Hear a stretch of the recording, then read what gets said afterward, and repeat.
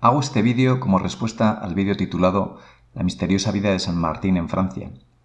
Me ha dado pena constatar por el tono del vídeo, así como por los comentarios y por otros vídeos similares, cómo está extendida la visión simplista de la historia oficial sobre la figura de San Martín.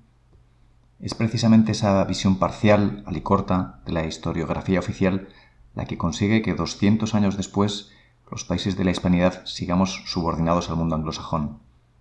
Me entristece ver cómo se desconoce la realidad de los hechos, y ese desconocimiento nos mantiene a todos los conciudadanos de la Hispanidad anclados en un marco mental que impide superar esta situación de subordinación, que consolida el colonialismo anglosajón, que impide el reordenamiento de nuestra unidad y nos ancla a la pobreza, al subdesarrollo, a permanecer como países de tercera categoría. Nada que objetar al vídeo en sí, es un vídeo emotivo, entrañable, hecho con esmero, que denota un sentimiento sincero de admiración hacia San Martín. Sé que mi acento español me delata y seguramente muchos pensarán que mi juicio es sesgado por ello. Me gustaría pedir a los hermanos argentinos, chilenos, peruanos, muchos de ellos sin duda admiradores de la figura de San Martín, que escuchen esta reflexión de forma objetiva. No soy un defensor cerril del Imperio español, ni considero que la España actual sea la heredera de aquel imperio. Creo que los 20 países de la Hispanidad somos en igual medida hijos de aquello, todos sufridores de muy parecida forma de la explosión en 20 pedazos de aquel edificio social firme, sólido, que era la Hispanidad unida.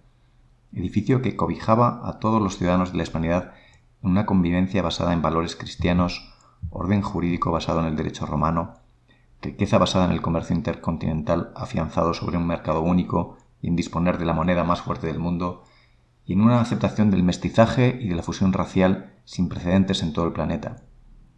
Decía el viajero alemán Humboldt en 1800, a quien debemos considerar un observador objetivo: «No he visto en mis viajes por todo el mundo pueblos más felices que los gobernados por el Imperio español».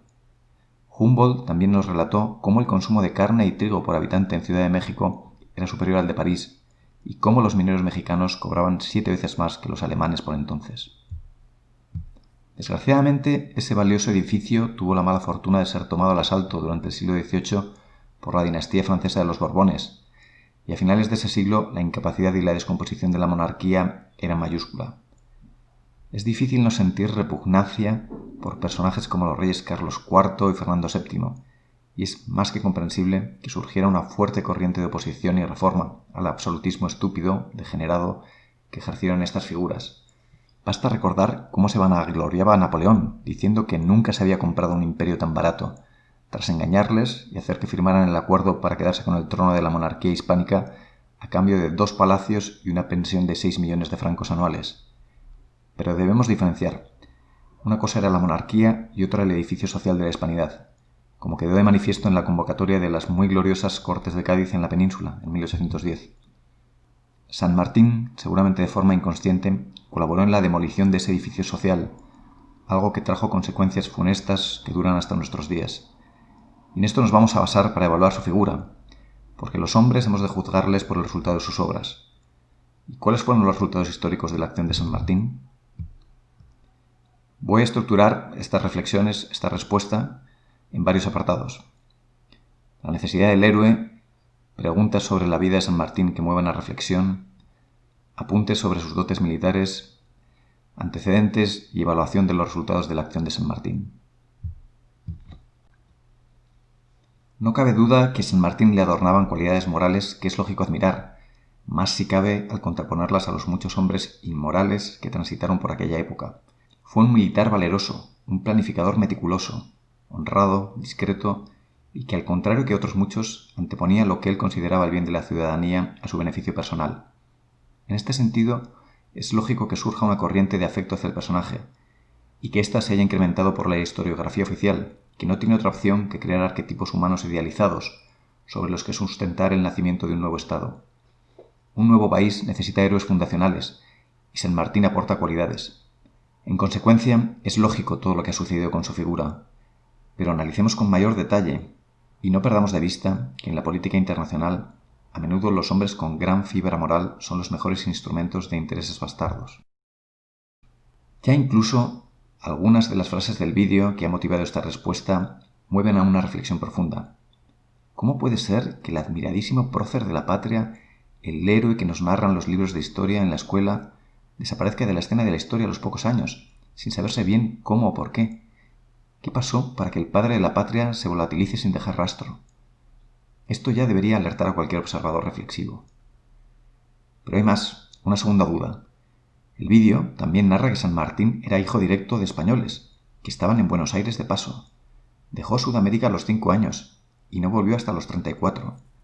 ¿Cómo puede ser que un español, hijo de españoles, que casi no tiene recuerdos de su vida infantil en Hispanoamérica, que ha vivido toda su vida consciente, toda su vida adulta en España como español, es más, como militar profesional del ejército español, luchando contra ingleses, franceses, portugueses, hasta progresar al muy notable grado de teniente coronel, hablara después en sus cartas de liberar Sudamérica de la opresión española?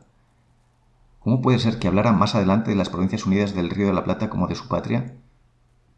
Cuesta creer que con ese perfil y con esa trayectoria vital sintiera que los virreinatos hispanoamericanos estaban oprimidos y que era su obligación moral luchar por liberarlos. Ahora veremos cómo pudo llegar a esa idea. Por último, hay una tercera pregunta que debe llamarnos a reflexión. ¿Por qué muere en el exilio en Europa? ¿Por qué no permaneció exiliado en Hispanoamérica, aunque no fuera en Argentina, donde tenía enemigos declarados, pero en cualquier otro lugar? ¿Por qué escoge el exilio en Gran Bretaña y después Francia? Francia, precisamente, la Francia que se enfrenta a Argentina en la guerra colonial del Paraná. La contradicción llega al extremo en las cartas que remite el presidente argentino Rosas, felicitándole y alabándole por haber sabido resistir y vencer a los franceses en esta guerra, pero lo hace desde la propia Francia. Se alaban normalmente las cualidades militares de San Martín, y se habla del cruce de los Andes. En el vídeo que ha motivado esta respuesta, se menciona que se cruzan los Andes con 5.500 hombres, 5.000 mulas, 1.500 caballos. No tengo formación militar, no soy capaz de valorar sus virtudes castrenses, y me parece que sin duda es una gesta compleja de atravesar la cordillera de los Andes con una columna de ejército. Pero creo que es necesario poner en proporción las cosas.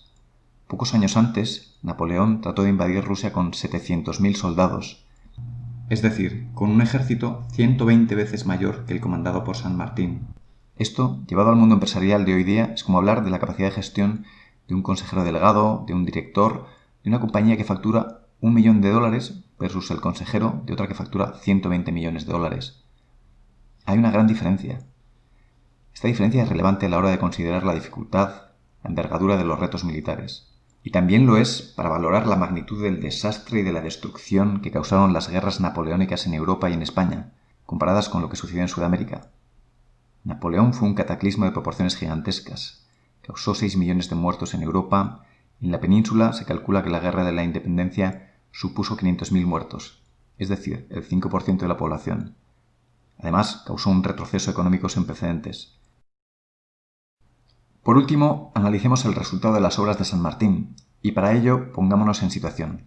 Conozcamos los antecedentes.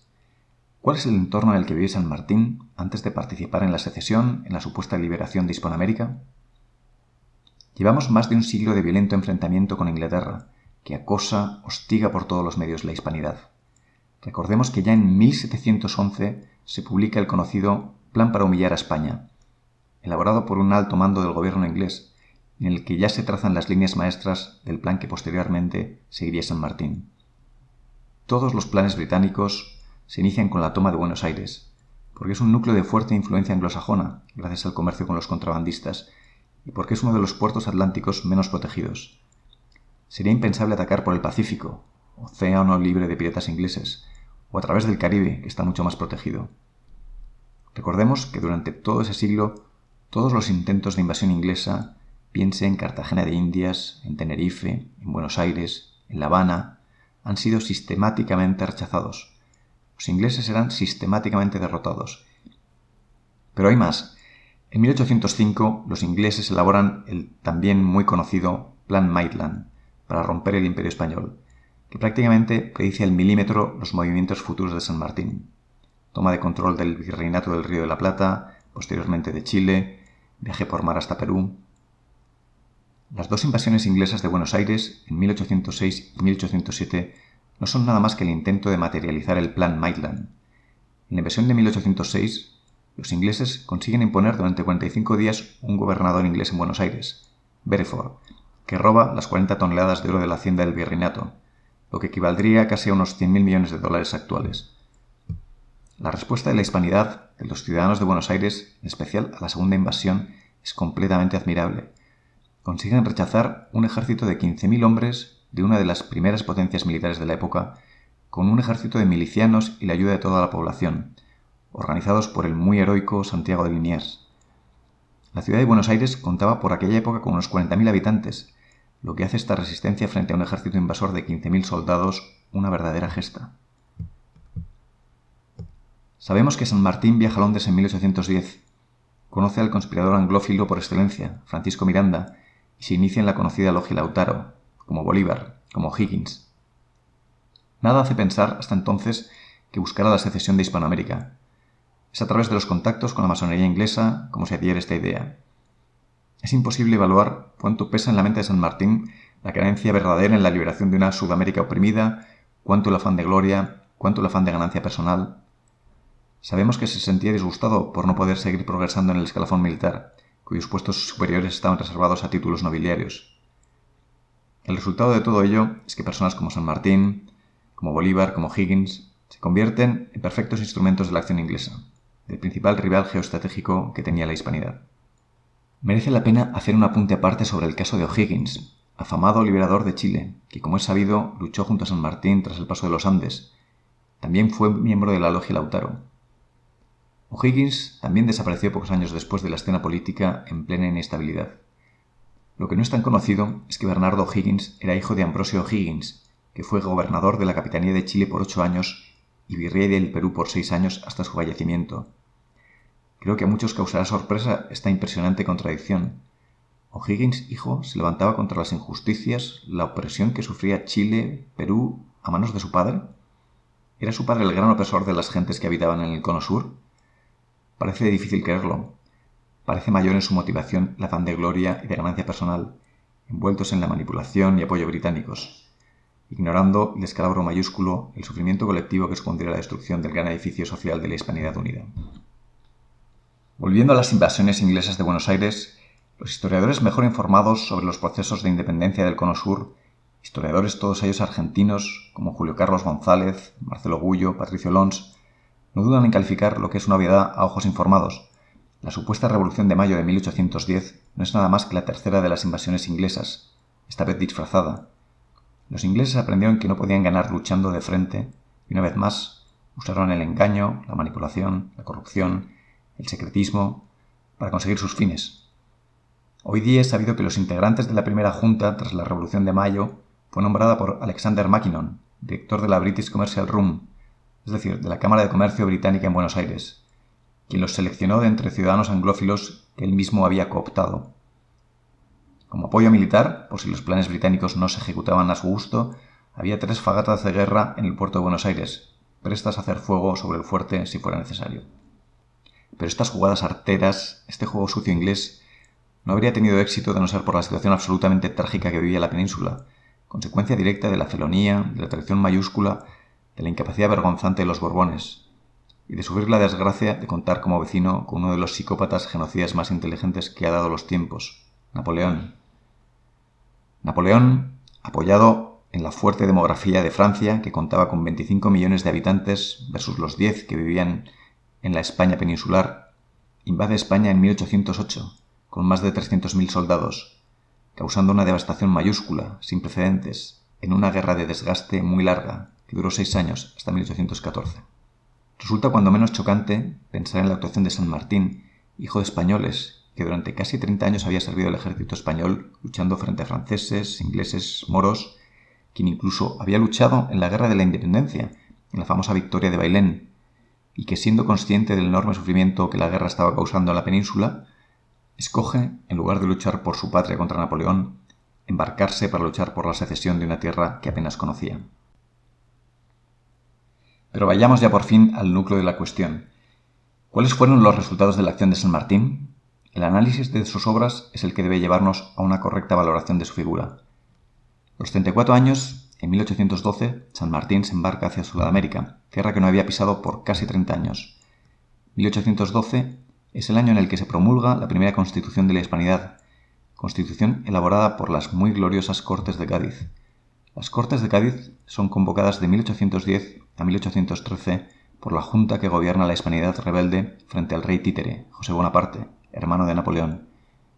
En esas Cortes, convocadas en la ciudad de Cádiz, ciudad cercana a Málaga, donde San Martín había residido durante muchos años, el conjunto del pueblo de la Hispanidad convocó a representantes de toda la ciudadanía, de los dos hemisferios, este y oeste, de uno y otro lado del Atlántico. En 1812, el mismo año en que San Martín se embarca rumbo a Buenos Aires, están debatiendo en Cádiz diputados representantes de los ciudadanos de la península, pero también de todos los territorios de ultramar de la Hispanidad, diputados de Nueva España o en México, de los virreinatos de Nueva Granada, de Perú, de Santa Fe, del Río de la Plata y de las capitanías generales de Chile, de Cuba, de Guatemala, de Puerto Rico, de Santo Domingo, de Venezuela y hasta, cómo no, de Filipinas. ¿Qué otra nación había hecho algo así? Ninguna. Y esa primera y admirable Constitución de Cádiz de 1812 confirma la igualdad de todos los ciudadanos de la Hispanidad ante la ley, es decir, asentaba jurídicamente la realidad social de la Hispanidad. Esa sí parece una causa noble a la que entregarse. Como decimos, San Martín se embarca en 1812 y ejerce un papel activo en la política de Buenos Aires. Participa en el derrocamiento del primer triunvirato, se dedica a conformar un regimiento y después un ejército. En 1817 cruza los Andes y se encuentra en Chile con O'Higgins en el llamado Abrazo de Maipú. En 1820 se embarcará en barcos ingleses renombrados como barcos españoles con la ayuda del almirante inglés Cochrane desde Valparaíso para tomar el Perú. Poco después, Cochrane robará el tesoro de la hacienda de Lima, como sucedió con todos los tesoros de las haciendas virreinales, y huirá con él a Londres. En 1822, San Martín se encuentra con Bolívar en Guayaquil. No conocemos el detalle de esa entrevista, pero sin duda San Martín debió sentirse decepcionado con el resultado de su esfuerzo. Debió percibir que Sudamérica iba a ser pasto de los personalismos, de la división y del enfrentamiento civil, porque poco después se aleja de la vida pública, se retira y, acosado por Rivadavia y otros enemigos, se exilia. ¿Cuáles fueron los resultados de la secesión del Cono Sur, de la ruptura del imperio? Pues el resultado de ese gran terremoto es el mismo para toda la Hispanidad, bien sea que hablemos de México, de Centroamérica, de los territorios de la antigua Nueva Granada, el Cono Sur, hasta también la península ibérica. Lo que sigue la gran explosión de la Hispanidad en 20 naciones se puede resumir en dos puntos muy claros: interminables guerras civiles fratricidas y subordinación económica colonial al mundo anglosajón. Miremos donde miremos en la Hispanidad, esos son los dos rasgos clarísimos con pequeñas diferencias locales.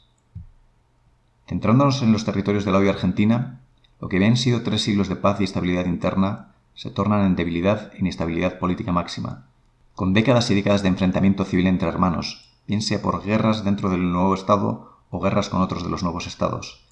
En Argentina podemos hablar de una sucesión de guerras civiles internas entre unitarios y federales que duran 60 años, hasta 1880. La guerra con Brasil en 1826, la separación de Uruguay en 1830, la pérdida de las Malvinas a manos inglesas prácticamente sin rechistar en 1833, la guerra del Paraná en 1845 frente al abuso anglo-francés, la repugnante guerra de la Triple Alianza en 1864, instigada por el Foreign Office británico y que llevó a la masacre de más del 50% del pueblo hermano de Paraguay. El segundo punto, directamente enlazado con el primero, es la subordinación económica inexorable al mundo anglosajón. Esto es especialmente obvio en el caso de Argentina. Esta subordinación económica se logra mediante 2 estrategias: la imposición de un modelo económico colonial y la succión de recursos mediante la trampa de la deuda externa.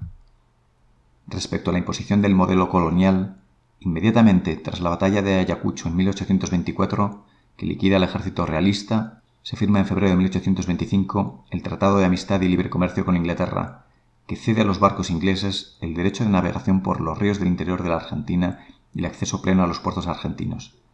La reciprocidad del tratado no aporta valor a Argentina.